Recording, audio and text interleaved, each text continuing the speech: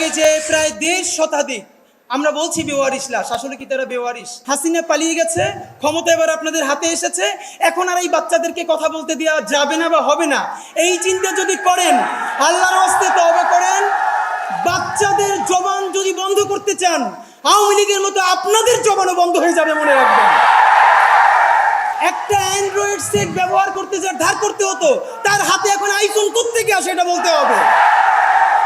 আমি আজকে আপনাদের সামনে ওয়াদা করছি, পারলে আমরা ১০০ জন ওয়াদা করি যে সবাইকে নিজের সংস্কার করি চলেন। আজকে এইখানে যেই উপদেষ্টা মহোদয়ের থাকার কথা, স্বাস্থ্য উপদেষ্টা, উনি থাকলে ভালো হতো।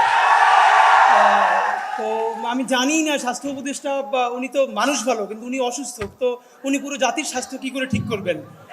তো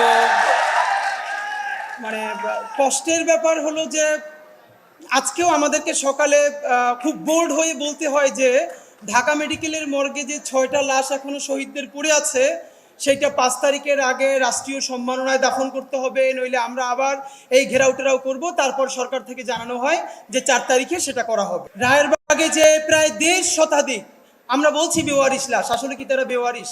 এই শহীদদের বাবা আছে, মা আছে, ভাই আছে, বোন আছে।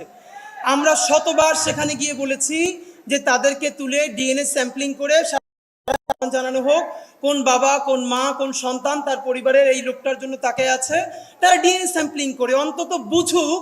আমরা একটা পরিবার এমন পেয়েছিলাম, জাহিদও ছিল, ওকে আমরা পরে নাম্বার দিয়েছিলাম তাকে ইন্টারভিউ করবার জন্য।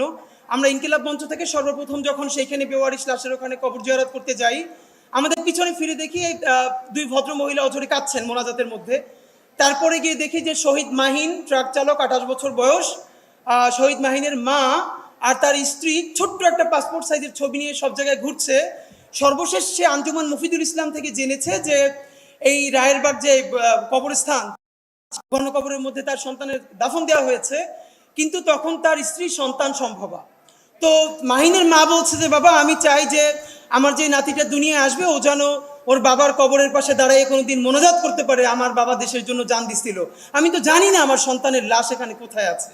তো এখন আজকে সরকার বলেছে এই উদ্যোগ নিতে হবে। তো আমরা এইরকম ছোট প্রেশার গ্রুপ, আমাদের ওয়েস্টের পিএইচডি নাই, এখন উপদেষ্টা পরিষদে যারা আছেন মাশাআল্লাহ অনেকের ২-৩টে করে পিএইচডি দিয়ে কি হয় যে এই সাধারণ বুঝগুলো যদি না থাকে।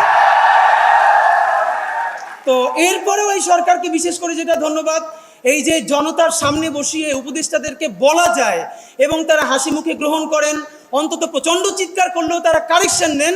এর মানে হলো জুলাইয়ের মধ্য দিয়ে এই যে নাগরিক প্রশ্ন করা শিখেছে, এই প্রশ্ন আমাদেরকে জারি রাখতেই হবে।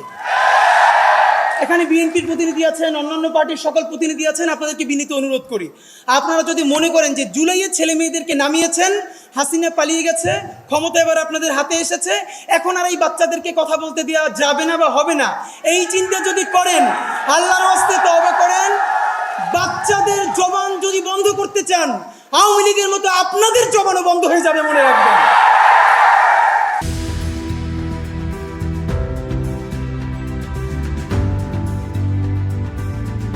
বিএনপি, জামাত বা অন্যান্য কোনো দলের আহ্বানে লক্ষ লক্ষ মানুষ রাস্তায় নামছিল না, নামছিল তার ইন্টারের ছেলেটা, 8-9 বাচ্চাটা, ভার্সিটি পড়ুয়া ছেলে মেয়েটা শরীর যখন রাজপথ রাঙিয়ে দিয়েছে, তাদের জন্য নেমেছে। কিন্তু আফসোস, আমাদের ভাই বোনেরা অনেকে করাপ্টেড হয়ে যাচ্ছে।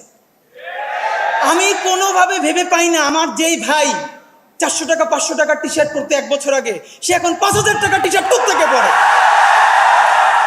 একটা অ্যান্ড্রয়েড সেট ব্যবহার করতে যার ধার করতে হতো, তার হাতে এখন আইফোন কোত্থেকে আসে এটা বলতে হবে। সুতরাং বিএনপি যদি চাঁদাবাজি করে, জামাত যদি করে, তাদের বিরুদ্ধে আমরা বলবো। এর মানে এই না এই জুলাইকে যদি কেউ বিক্রি করে দিয়া নতুন বাইক কেনে, আইফোন চালায়, ফ্ল্যাট কেনে, তারে আমরা ছাইরে দেওয়ার মালিকানা দেই না।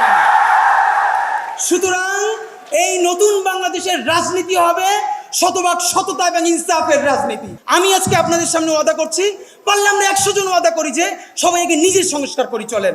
অন্তত আমরা যত গুনাহ করি, আমরা যত পাপ করি, প্রত্যেকে 18 কোটি মানুষ এত মুখে সংস্কারের কথা বলি, 18 কোটি মানুষ যদি একদিনে একটা পাপ কম করে, তাহলে এই 56,000 বর্গমাইলে একদিনে 18 কোটি পাপ কমে যায়, আপনি ভাবেন। কিন্তু আমরা সবাই অন্যের সংস্কার করি, নিজের সংস্কার চাই না। সুতরাং চলেন এই আর একটা কথা প্লিজ, কেউ নিজেরে ফোন দিয়ে বলে ভাই আমি একজন জুলাই যোদ্ধা, এটাকে মুক্তিযুদ্ধ ব্যবসার মতো, ভাই কি ফোন দিয়ে বলবে আপনি কে, বলে ভাই আমি একজন জুলাই যোদ্ধা। মানে কি? কোনো জুলাই যোদ্ধার মধ্যে এইসব বলা চলবে না। সবাই বাংলাদেশের নাগরিক। আপনার সমস্যা থাকলে নাগরিক প্রশ্ন ডিল করবেন, জুলাই যোদ্ধা নিয়ে এক্সট্রা কোনো অ্যাডভান্টেজ নীতি কাউকে দেওয়া হবে না। সুতরাং যেই জুলাই শুরু হয়েছিল, ভবিষ্যতের বাংলাদেশ বিনির্মিত হওয়ার আগ পর্যন্ত আমাদের জান পরাণ দিয়ে হলেও সেই জুলাই চলছে, সেই জুলাই চলবে। বাংলাদেশ জিন্দাবাদ, ইনকিলাব জিন্দাবাদ।